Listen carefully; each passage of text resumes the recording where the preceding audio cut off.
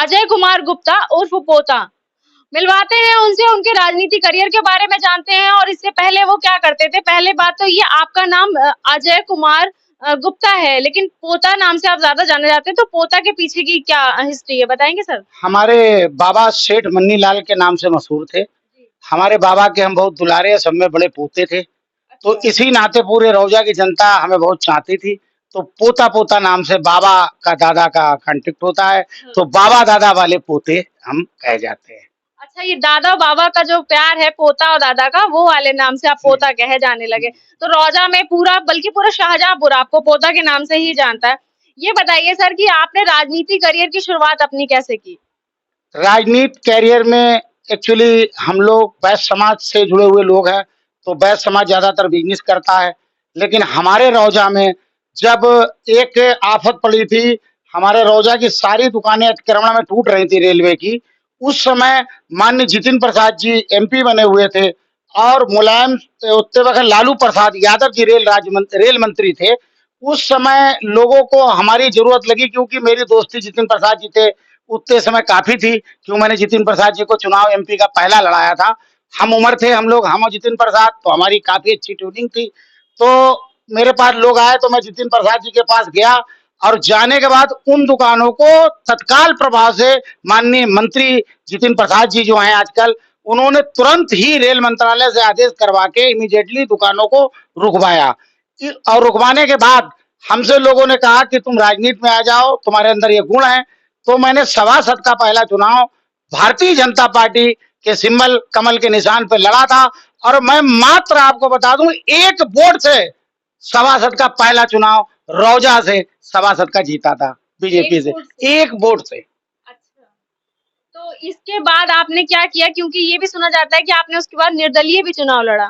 उसके बाद चूंकि जितिन प्रसाद जी से अच्छे संबंध थे, तो हमारी माता जी का भी आना जाना था। हमारी माता जी एक चुनाव लड़ी थी और चंद 50 या 60 वोटों से पहला चुनाव हार गई थी।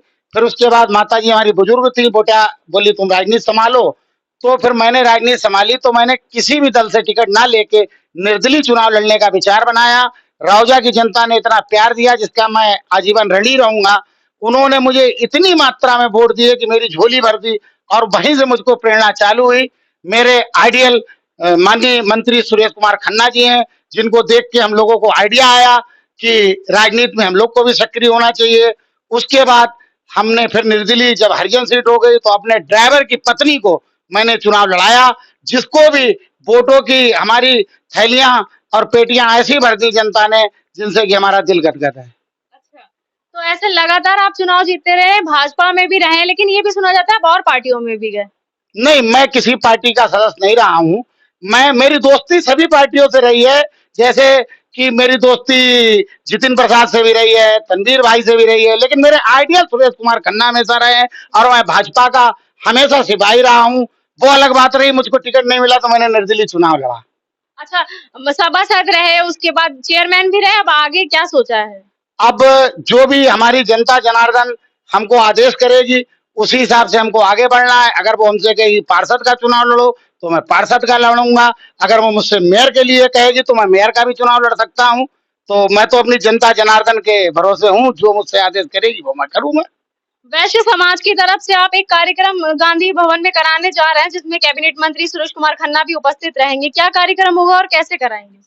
ये 30 तारीख को एक कार्यक्रम होने जा रहा है। उसके लिए हम लोगों ने तैयारी बहुत जोर शोर से चालू कर दी है।